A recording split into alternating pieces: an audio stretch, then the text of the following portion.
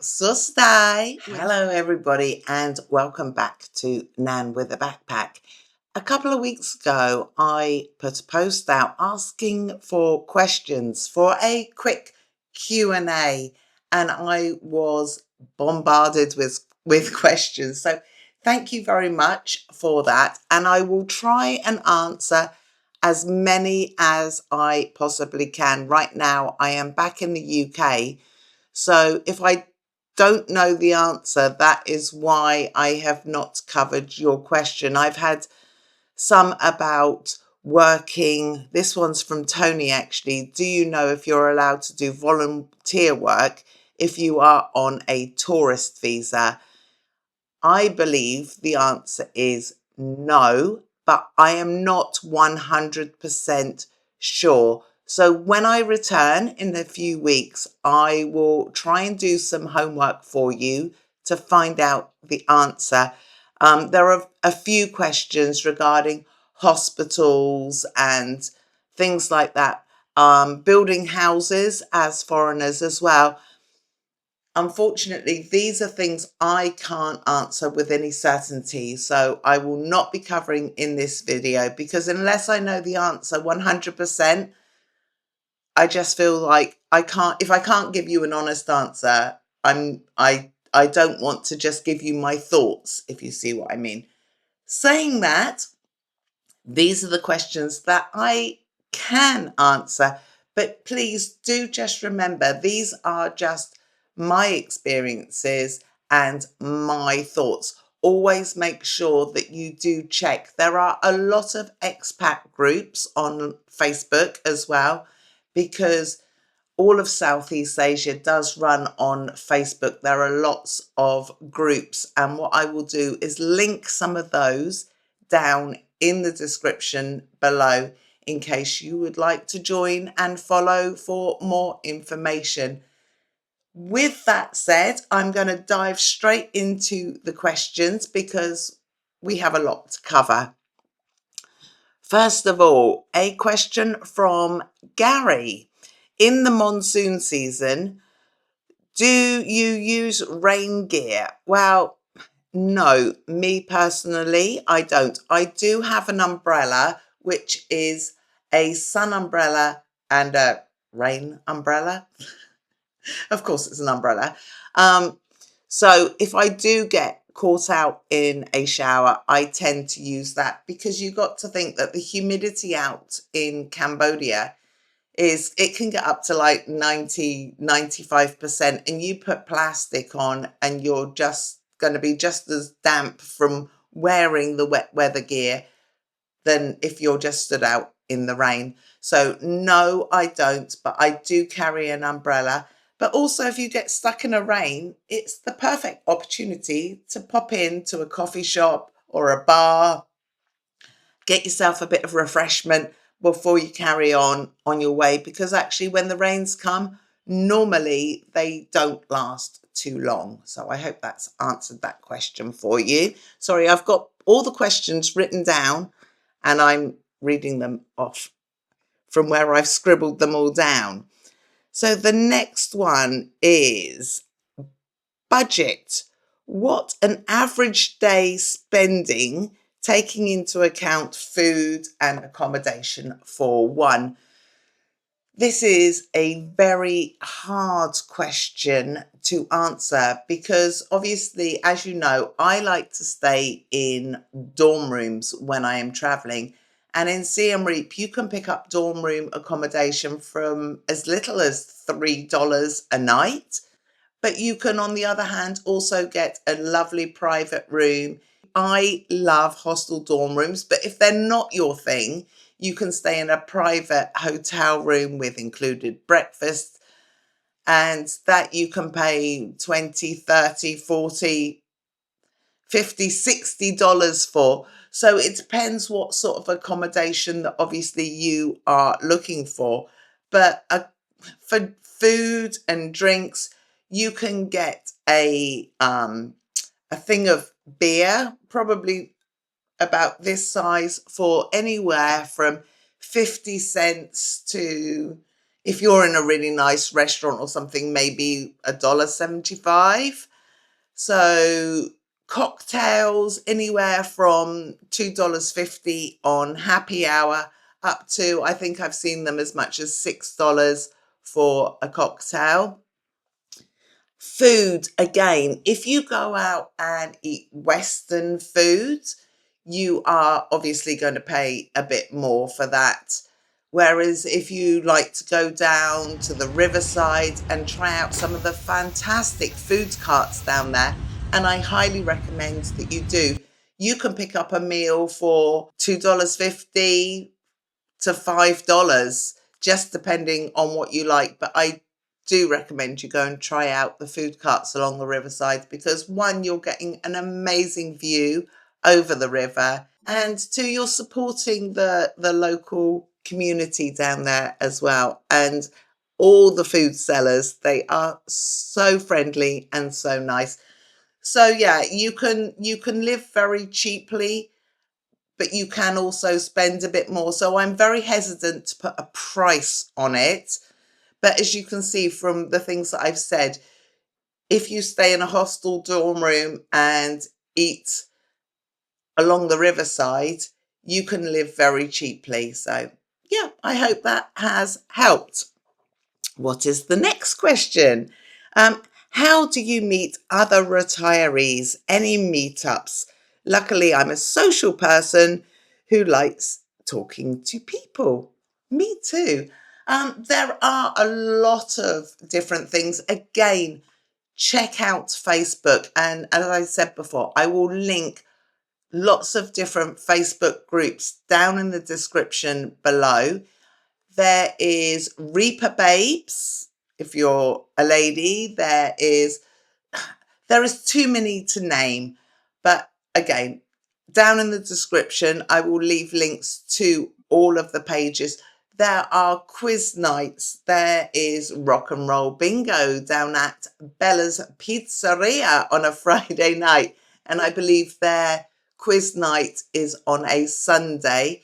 There is also Pom restaurant over on the Watbo side. They do a quiz, I think it's on a Thursday night. That one is very good, and a lot of expats turn up to there. But with Reaper Babes, excuse me a minute, they also do meetups for ladies as well, and there are a few coffee mornings going along as well. So there is plenty to do. Oh, and game nights and book clubs. So yeah, there is plenty of opportunity to meet other expats.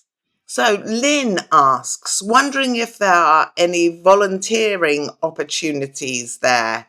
She is a retired nurse and midwife and would love to get involved in teaching work with kids a couple of days a week. And also, am I learning the language? Sorry, the cats just walked past if you could hear meowing. Um, yes, there are volunteer operations. No, there are opportunities for volunteering. Again, once you arrive, you will hear of these through Facebook groups and things like that. I haven't really done that. I was asked to go and look around a school, which was ABC and Rice. I will link the video here to you. They are always looking for donations, whether that be monetary or whether that be clothing or medications, things like that. But if you contact them, again, I will leave their details down in the description below. But there are opportunities for volunteering through NGO groups.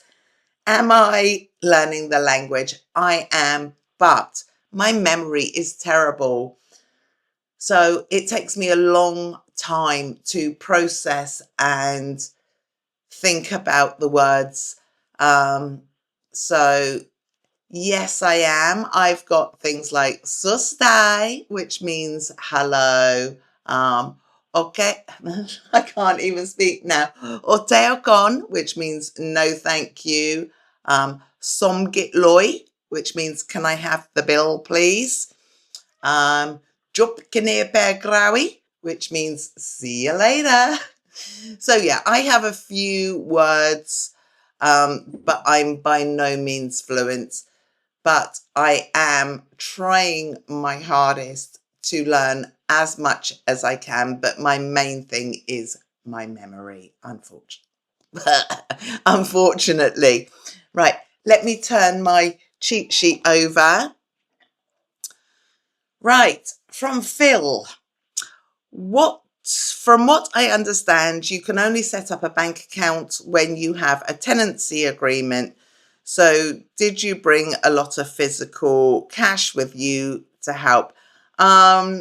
Yes, you have to have a long-term visa, 6 months or 12 months, and a accommodation agreement as well, whether that be a hotel or an apartment. I think both will work as long as you get some form of agreement in writing, but please do check with that. Did I bring a lot of cash with me? No, I didn't. I just drew money out of the ATMs. But what you have to remember is every ATM does charge a fee. So I would tend to draw out a larger amount and then just take out what I needed for the day. Because obviously, if you do little bit, they're going to charge you the same amount no matter how much you withdraw. So something to think about there. I hope it's answered your question. Phil, maybe a niche question. Ooh. But have you ever seen squash cordial for sale anywhere? I don't drink tea or coffee and drink loads of it home in the UK. Cheers, Phil. Lemon juice. Yes, I have found Robinson's squash, which is what I'm drinking right now, which is lemon juice, in the Anchor supermarkets. Off the top of my head, I cannot remember how much it is. Obviously, it's more expensive than buying it here in the UK. But yes, you can get blackberry and apple. I think you can get some other mixed fruits. You can get lemon as well. So yes, no problem. Anchor supermarket. I believe there are now 3 in Siem Reap. So yes, you will not have a problem with that. Good question, by the way. Brenda. Hello, Brenda. How are you? How far is your family? Well, my family is here in the UK, which is where I am right now visiting. I've got a couple of weeks left before I return home to Siem Reap. Can you cope with the fact that things are not exactly like the West? Life, infrastructure, Wi-Fi dropping, trash pickup, local culture is much slower.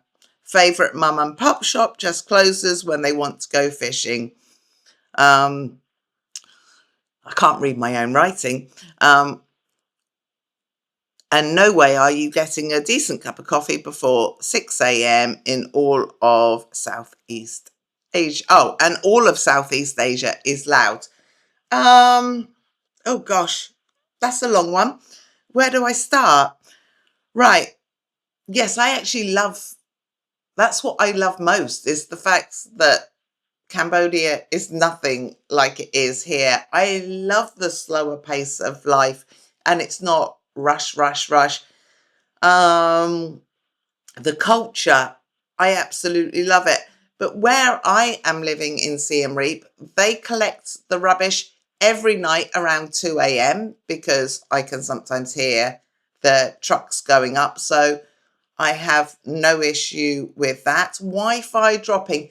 Yes, occasionally it does drop, but not as often as you might think. And in fact, I can upload my videos quicker in my apartment in Siem Reap than I can here in the UK.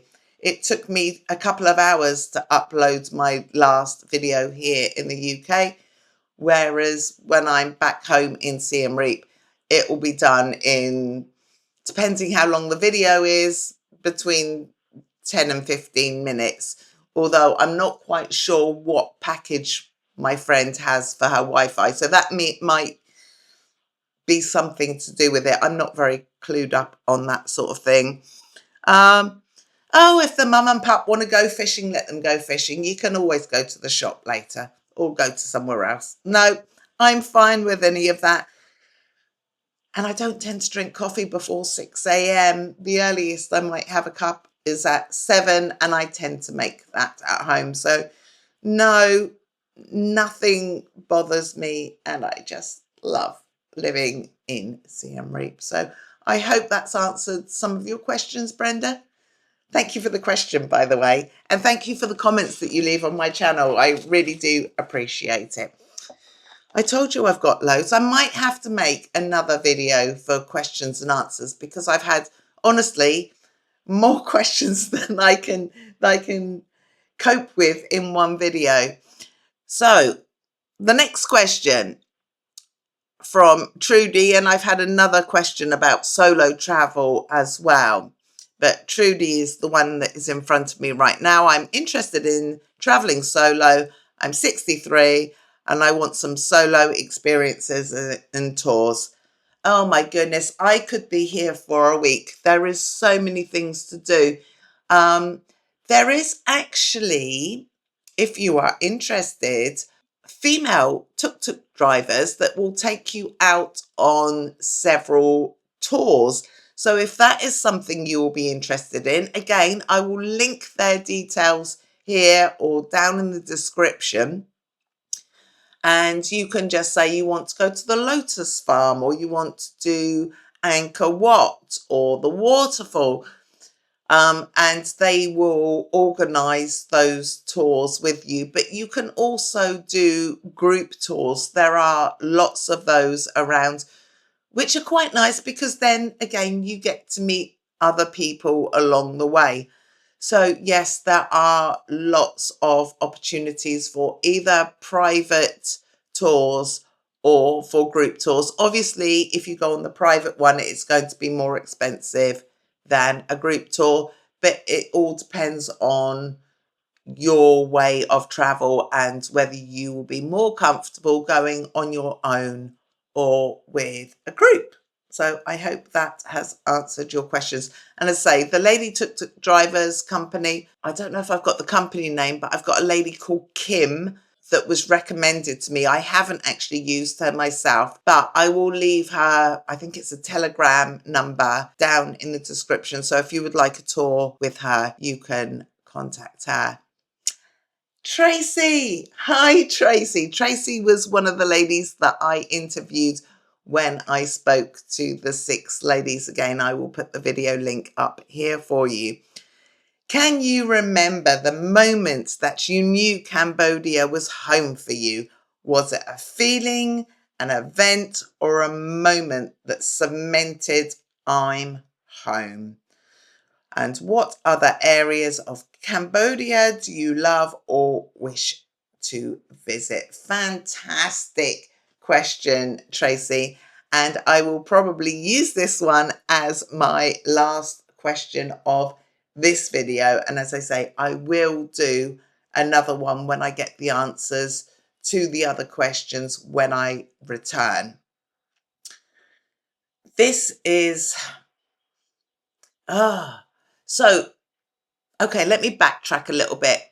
When I first arrived in Cambodia, I came over by bus from Bangkok to Siem Reap with Sinead. Crossed the border, it was an amazing trip. When I crossed over into Siem Reap, the border or immigration officials were so friendly. They smiled, welcome to our country. And Sinead and I kind of looked at each other and thought, well, this is strange. We've never had border control smile and welcome to our country. So that was a really, really nice welcome to the country. And I would say within the first 4 to 7 days, we knew that our 30-day visa was not going to be enough for us. So we both extended. So we had 60 days. At the end of the 60 days, we had to leave. So I booked a flight to go back to Malaysia because I wanted to visit Malacca.